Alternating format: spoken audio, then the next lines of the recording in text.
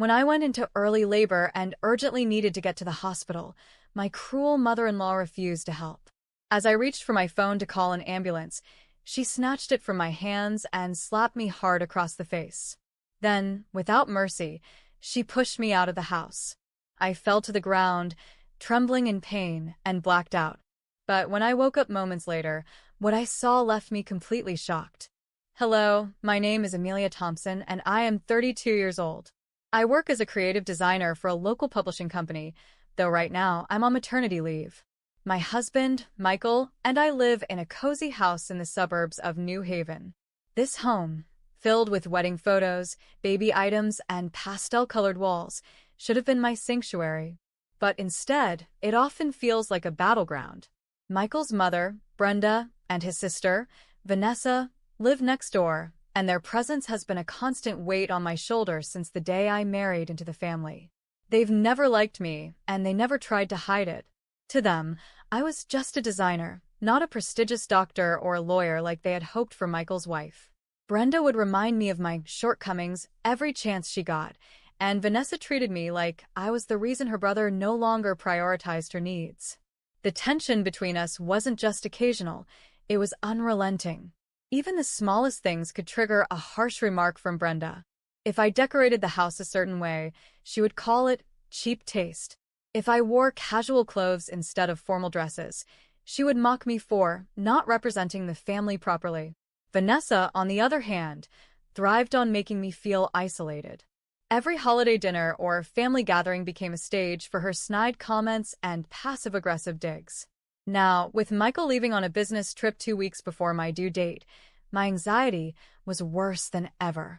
I tried to smile when he kissed me goodbye, telling him I'd be fine, but deep down, I wasn't sure I could handle another confrontation with his family. My neighbor, Mrs. Harper, had already warned me to be on guard. "Amelia," she said, her tone serious, "families like that can be dangerous. Keep your phone on you and record everything if you feel threatened."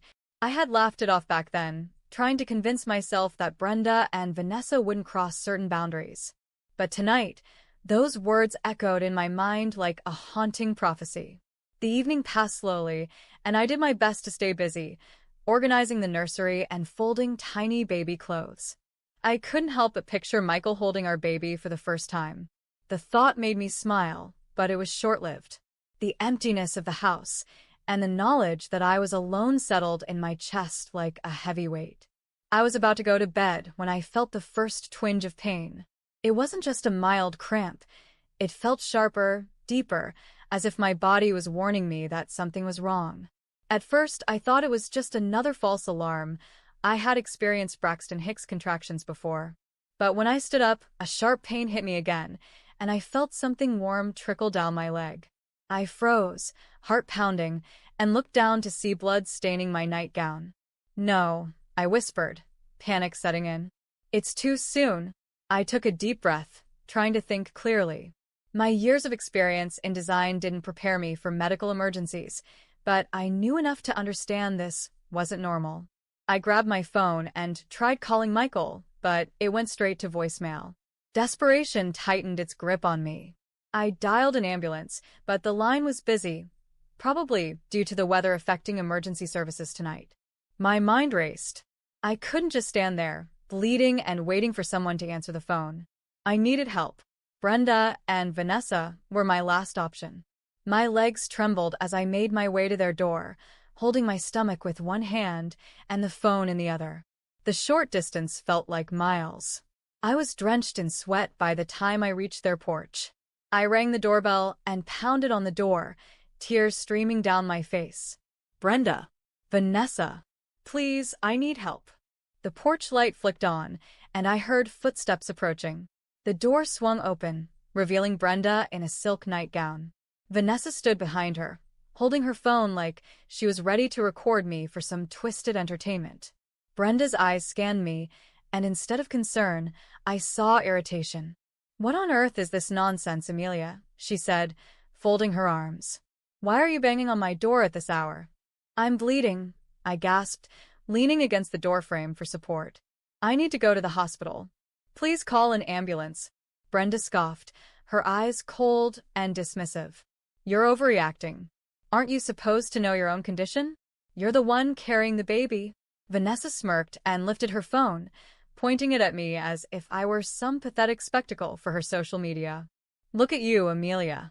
Just a designer, and you can't even handle pregnancy. I clutched my stomach, my vision blurring as another wave of pain shot through me. Please, I'm begging you. I don't have time. Brenda's expression hardened. You think you can just disrupt my night like this? I won't let you ruin Michael's career by creating a scene. Without warning, she slapped me across the face, the sharp sting sending me stumbling backward. My cheek burned, and before I could process it, she pushed me off the porch. I landed hard on the cold stone pathway, pain shooting through my back and abdomen. Vanessa's mocking laughter echoed behind me. You're pathetic, Amelia. Go deliver the baby yourself. I lay there, breathless and bleeding, as their front door slammed shut. My fingers fumbled for my phone, and through the haze of pain, I remembered Mrs. Harper's advice. With trembling hands, I opened the recording app and pressed start. I had no strength left to get up. All I could do was lie there, hoping someone would find me before it was too late. I don't know how long I lay there, but the cool night air was seeping into my skin, making me shiver. The cold stone beneath me felt like ice, and the pain in my abdomen was becoming unbearable. I tried to stay awake, but my body was giving up. The weight of exhaustion pressed down on me, pulling me toward unconsciousness. My mind was a fog of fear and desperation. Just when I thought this was the end, I heard the faint sound of footsteps approaching. Someone was running toward me. The familiar voice of Mrs. Harper broke through my daze. Oh my God, Amelia! Stay with me, she cried, crouching beside me. Her warm hands gripped my shoulder gently, but firmly, trying to keep me conscious. I'm calling an ambulance right now. I heard her voice, but it felt like it was coming from a distance. Her hands shook as she dialed 911, giving the emergency operator our location. There's heavy bleeding, and she's unconscious. Hurry. Her voice cracked, but she never let go of me. Amelia, don't close your eyes. Help is coming, she pleaded, stroking my hair like a mother comforting her child. I wanted to respond, to tell her I was trying, but my lips wouldn't move. The pain was too much, and darkness crept further into my vision until everything went black. When I woke up, bright lights blinded me, and the sterile smell of disinfectant filled the air. Machines beeped steadily around me, and a soft blanket covered my body. I blinked a few times until the image of a nurse came into focus. Her kind face hovered over me, checking the fork connected to my arm. You're awake, she said softly. Don't try to move too much. You've been through a lot. My baby, I whispered, the words barely escaping my lips. Panic surged through me, gripping my chest like a vice. The nurse placed a reassuring hand on mine. The baby is fine, she said with a warm smile. We performed an emergency C-section. You have a healthy baby girl. She's in the neonatal unit for observation, but her condition is stable. Relief flooded through me, and tears streamed down my face as I absorbed her words. My baby girl was alive. After everything, she had made it. I closed my eyes, thanking every force in the universe for sparing her life. The door to my room creaked open, and a man in a police uniform stepped inside. He was tall, with a serious but compassionate expression. He introduced himself as Detective Harris and sat by my bedside. We've already reviewed some of the evidence, Mrs. Thompson, he began, his voice calm but firm. We found your phone on the scene, and the recording you made is very important to the case. He placed my phone, sealed in an evidence bag, on the bedside table. The recording captured everything: Brenda and Vanessa's refusal to help, the slap, the fall, and your cries for help. It's strong enough to build a case against them. Mrs. Harper appeared at the door, her face pale but relieved. I was worried sick about you, she said, taking my hand in hers. I stayed here all night, just to make sure you were okay. My throat tightened with emotion. You saved me. No, Amelia, you saved yourself by recording what happened, Mrs. Harper replied with a gentle smile. Brenda and Vanessa will pay for this. Mark my words. The detective nodded. We've already taken them into custody. Both women are being charged with criminal negligence, aiding assault, and endangering the life of a pregnant woman. His words hung in the air, a testament to the justice that was finally within reach. I let out a shaky breath, the weight of the trauma starting to lift from my chest. Thank you, I whispered, though the words didn't feel enough to express my gratitude. Just then, hurried footsteps echoed through the hallway. The door burst open, and there he was, Michael, still in his wrinkled suit from the business trip, his tie loosened, and his eyes filled with panic. His hair was disheveled, and the dark circles under his eyes showed he hadn't slept. Amelia, he gasped, rushing to my bedside. His hand trembled as he gently touched my cheek, careful to avoid the bruised area where Brenda had slapped me. I came as soon as I could. I'm so sorry. I didn't know. His voice cracked as tears welled in his eyes. I managed a faint smile.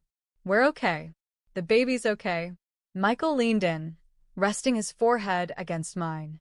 His breath was shaky, and I felt his tears mix with mine. I didn't protect you. I should have been here. Detective Harris cleared his throat, breaking the emotional moment. Mr. Thompson, I think it's important for you to hear the full recording of what happened that night. He placed a small speaker on the bedside table and pressed play. The room filled with the haunting sounds of my desperate pleas, Brenda's cold dismissal, Vanessa's mocking laughter, and the sharp slap that sent me to the ground. Michael's grip on my hand tightened as the recording continued. His knuckles turned white, and tears streamed down his face when he heard me begging for help. When the audio ended, the silence in the room was suffocating. Michael's head hung low, and for a moment, he didn't move. But then, his shoulders straightened, and a look of fierce determination replaced the sadness in his eyes. They did this to you, he said through gritted teeth. My own family. He turned to the detective. What happens now? Detective Harris remained calm but firm. We've already obtained confessions from both Brenda and Vanessa during questioning. Brenda admitted that she couldn't stand the idea of you having a child with Amelia, believing the baby would steal you away from her. Vanessa said she wanted to teach your wife a lesson for taking her brother's attention. Michael clenched his fists. They'll pay for this. Whatever it takes, I won't let them get away with it. They won't, Detective Harris assured him. Given the evidence we have, the recording, the medical reports, and their confessions, the prosecution is confident they'll face serious consequences. 2 weeks later, I found myself sitting in the courtroom, Michael's hand tightly gripping mine as we waited for the verdict. The air was heavy with anticipation. Reporters filled the back rows, their pens poised over notepads, waiting for the story that had captured public attention. Across the room, Brenda and Vanessa sat stiffly, their faces devoid of emotion but their eyes occasionally darting toward us. Brenda still wore her air of superiority, as though she believed she could talk her way out of this. But the evidence against her was overwhelming. The judge cleared his throat, and the courtroom fell silent. He began reading the charges: criminal negligence, aiding and abetting assault, and endangering the life of a pregnant woman. Brenda shifted in her seat, her fingers clenching the sides of the wooden bench as if bracing for impact. Vanessa sat motionless, staring straight ahead. Given the overwhelming evidence, including recorded audio and visual proof, as well as the defendant's confessions, the judge continued, "This court finds both Brenda Thompson and Vanessa Thompson guilty." There was a collective gasp from the courtroom audience. Brenda's expression finally cracked, and she covered her face with her hands. Vanessa, on the other hand, kept her composure, but her eyes betrayed the storm of emotions raging within her. The judge's voice was steady as he announced the sentences. Brenda, 3 years in prison without the possibility of parole. Her deliberate actions had almost cost 2 lives, and her punishment reflected the severity of her crime. Vanessa, 2 years of probation, 500 hours of community service, and mandatory psychological counseling. The judge cited her lesser role and age as mitigating factors, but she wasn't walking away unscathed. The weight of the verdict settled over me like a warm blanket, bringing a sense of closure I hadn't realized I needed. As the officers led Brenda and Vanessa out in handcuffs, Brenda turned back, her eyes filled with hatred. But her glare had lost its power. She was no longer the woman who had pushed me to the ground and left me to suffer. She was just another criminal facing justice. I exhaled, leaning into Michael's shoulder as relief washed over me. "It's over," I whispered. Michael kissed the top of my head. "They can't hurt you, or our baby anymore." The smell of fresh coffee filled the kitchen as sunlight streamed through the large windows of our new home in Evergreen Hills. The cream-colored walls were decorated with family photos, and the laughter of our 1-year-old daughter, Ella, echoed through the house. She toddled around the living room, chasing her toy ball. Her giggles were like music to my ears, a reminder of how far we had come since that fateful night. "Lunchtime, Ella," I called, setting the table with a bowl of warm soup and her favorite mashed carrots. She giggled and stumbled her way toward me, her tiny arms reaching up.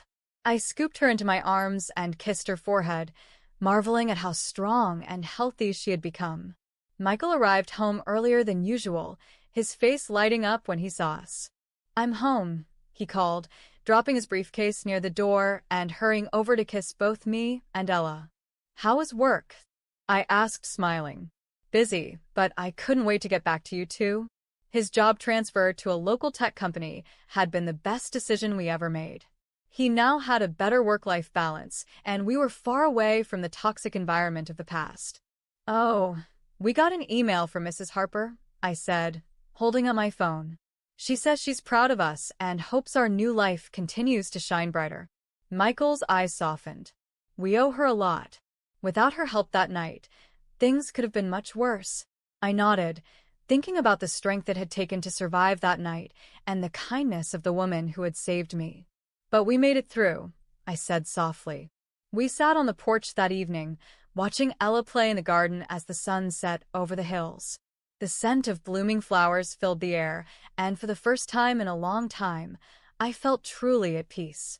The burden of fear and uncertainty that had once haunted me was gone, replaced by the warmth of a future filled with hope and love. "You know," I said, resting my head on Michael's shoulder, "I accepted the part-time design job I told you about. They're flexible with my schedule, and it's exactly the creative work I love." "That's amazing, Amelia," he said, kissing my forehead. "I'm so proud of you." Ella chased soap bubbles in the garden, her laughter filling the air. I watched her reach up to catch a bubble, and a smile spread across my face. We had come a long way, and I knew the road ahead would still have its challenges. But we were stronger now. Our little family had endured the storm and come out the other side. As I held Michael's hand and watched our daughter play, I realized that this was what happiness truly felt like: freedom from the shadows of the past and a life filled with new beginnings. Thank you for reading this emotional journey of resilience, justice, and new beginnings. If you enjoyed this story, please consider liking, sharing, and leaving your thoughts in the comments below. Your feedback helps us grow and reach more readers like you. Don't forget to subscribe to our channel for more captivating stories of courage and transformation.